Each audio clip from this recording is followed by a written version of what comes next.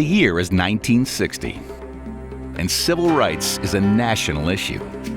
The Cold War is getting hotter. Bye Bye Birdie is a Broadway hit. The Twist is an international craze, and the Pirates shock the Yankees to win the series. A young senator from Massachusetts becomes the 35th president. Martin Luther King joins Daddy King as co-pastor of Ebenezer Baptist. And a guy named Hefner opens the first Playboy Club in Chicago. Meanwhile, a very different kind of club is taking shape in 1960 Atlanta. One that would help propel this city on the move to a whole new level.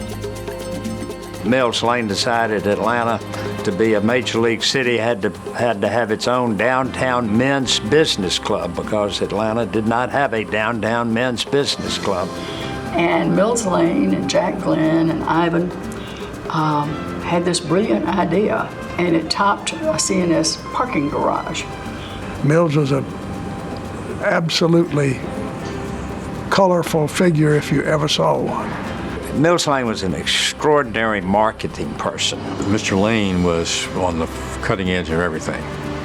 You know, the very reason the Commerce Club is here is because he needed a place for his customers to be able to park and walk across the street and do business. Then a couple of weeks later, Mills called up and said, "Larry, about that Commerce building, I want you to put 3 or 4 more floors on there, and we're going to have a business club, downtown business club." And he said it's going to be different from all the other clubs.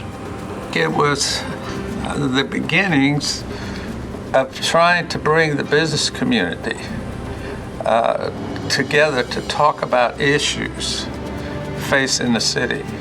And the reason for this club was so that the business deals could be made here. And decisions was made at the Commerce Club that would affect the state of Atlanta and perhaps the state of Georgia. So it was the place to go and to be the place to be seen.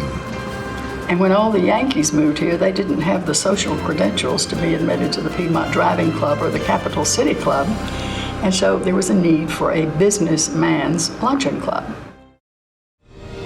And so, in September of 1960, a gala dedication dinner formally opened the doors of the Commerce Club. Located in the heart of the bustling downtown Atlanta business district, the Commerce Club soon became the place for Atlanta's leaders to meet, conduct business, and shape the city's future. My memories are that it was really the meeting place for practically every important business deal that got struck around town. Business deals were made here, led to the building of Atlanta into, a world city. Well, I think what defined the Commerce Club in the 60s was the fact that it was a gathering place for the business and civic leaders. It was a place where people could come together and be honest and open. They could express their fears and their concerns without judgment. And they could express their hopes and dreams.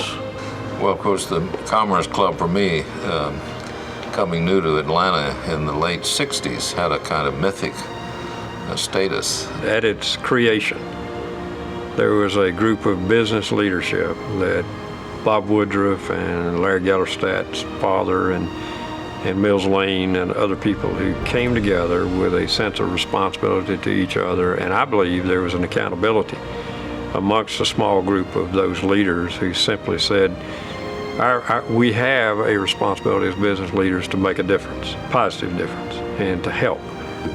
And it was that caring for the community, seeing the opportunity was here, and then having the guts and the resolve. The club always understood that it was an arm of the community. Without the place where people feel comfortable in coming together to define the public purpose, you just got a lot of hodgepodge competitive development with no meaning, no particular vision. The Commerce Club board always invited the larger picture. And that vision was never merely seen in terms of dollars and cents or profit margin to the bottom line. To me, it was, what will make Atlanta great? The Commerce Club was unlike any other club in Atlanta or the South. Ahead of its time in many ways, guided by the founder's vision of a place that was inclusive and not exclusive. The Commerce Club was really the first place to be completely open. Was the first to open that door to Afro-America. The first. Where people could meet easily, regardless of religion. That place, that safe space, was missing here in the city at the time. This club was very much at the forefront of enlightened thinking, particularly among the clubs that existed in those years. And the thing about this brain trust that was different from almost any other, it was black and white, and it was rich and poor. It embodied all that I thought of as being progressive and enlightened. And the mission of this club has been bringing diverse people together with a commonality of Atlanta and caring about Atlanta and Georgia. The board has a lot of diversity. I guess it's one of the first boards that truly embraced and valued diversity. For me, being a native Atlantan, I think it was just the place that I really wanted to be involved with.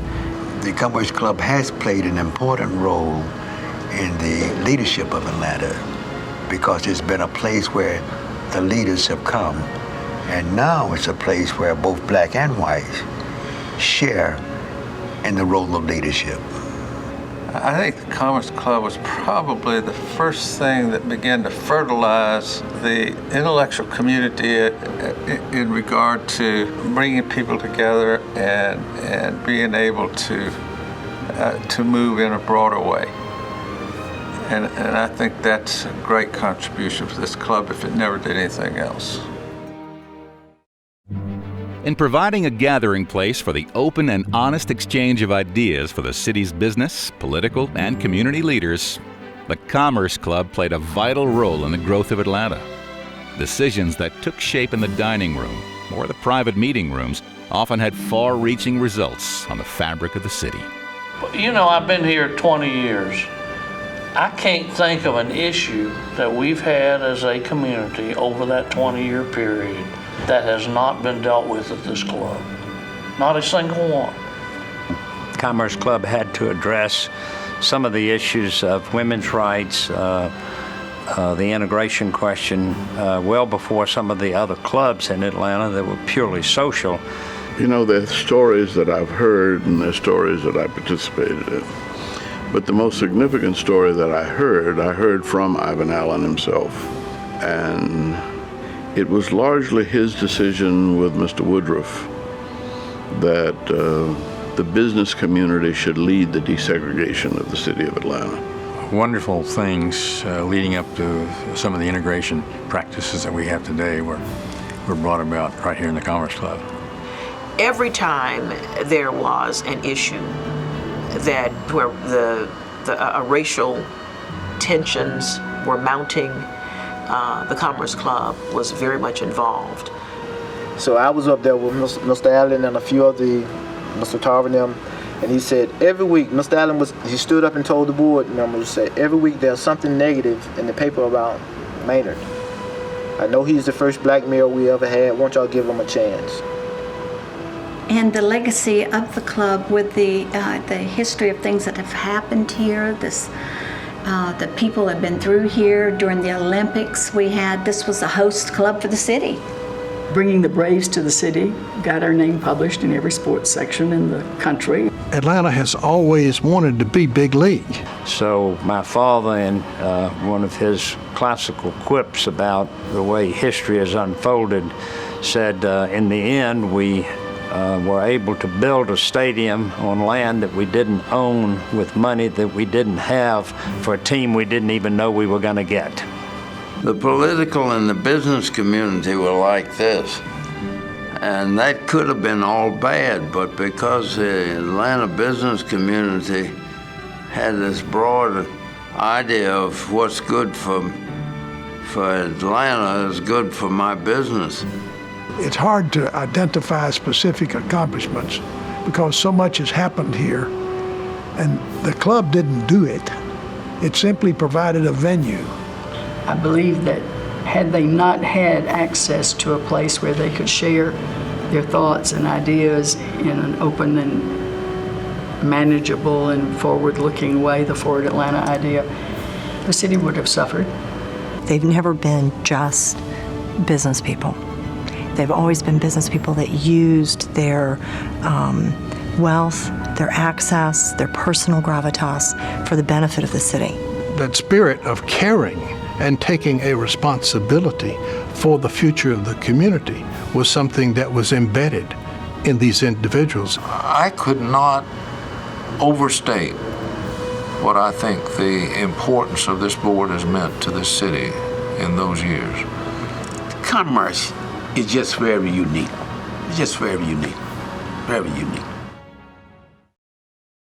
The Commerce Club was indeed home to many important events and high-powered meetings, but not everything that took place at the club had historic consequences. I'll never forget, we had Dick Rich came in at one of the board meetings, and we had the fad of the Nehru jackets and the turtlenecks. And he wanted to propose we change the board rules, that this is the way the young people are going, this is the way so-and-so and so-and-so. Woodruff is sitting there, and he's hard of hearing. He was hard of hearing, He leaned over to Jack Tarver and said, "What'd he say?" Well, he said that we ought to let people with turtlenecks. Turtlenecks? I don't like that. Well, that was the end of the conversation. It never got any further. Mr. Woodruff didn't like that. We're not going there. Mills was having a dinner for some very pompous gentleman, and he'd gotten the chef from the Vanderbilts. I don't know, was really a high-toned guy, and they were serving Vichy Soir. And this guy was about to lap up a spoonful, and he looked in his Vichy Soir, and he called the chef over and he said, "Sir, what is that insect doing in my Vichy Soir?" And the chef looks at it from this side, then goes around and looks at it from the other side. He said, "It seems to me, sir, he's doing the backstroke." That was the opening of the club, that story. And true, that's the way it happened. Now, nobody knows this story. It has not been told about the Commerce Club. Many years later, yeah, this is a secret. Many years later, and I'm going to say 20, 25 years, a call came in. Mr. Lane was dead, and there were like 300 boxes in a warehouse in Buckhead that C&S Bank owned. And they said it's full of dishes, and we don't know what to do with it. And the dishes were these dishes that had been ordered for the opening of this club. Now, whether Worthington ordered them or Ann Moses ordered them or whomever, they didn't read their proof very well because the state of Georgia is upside down in the Commerce Club logo, which didn't quite fit. So rather than breaking them, trashing them, tossing them into the heap, giving them to a not-for-profit, they just sat in that warehouse for all those many years. So we were going to have our first meeting, and Benjamin was told it was going to be at the Commerce Club. I'm finally going to get into the sanctum. And I was all excited, and we came up to the desk, and there was Albert Schweitzer's daughter and Benjamin Mays and myself and maybe one other person. And at the desk they said, "We're sorry that you can't have lunch here." And I was just struck dumb This was about 1972. And we went down the elevator, and Benjamin Mays, in his wonderful way, he said, well, let's just go to the Magnolia Room at Rich's. We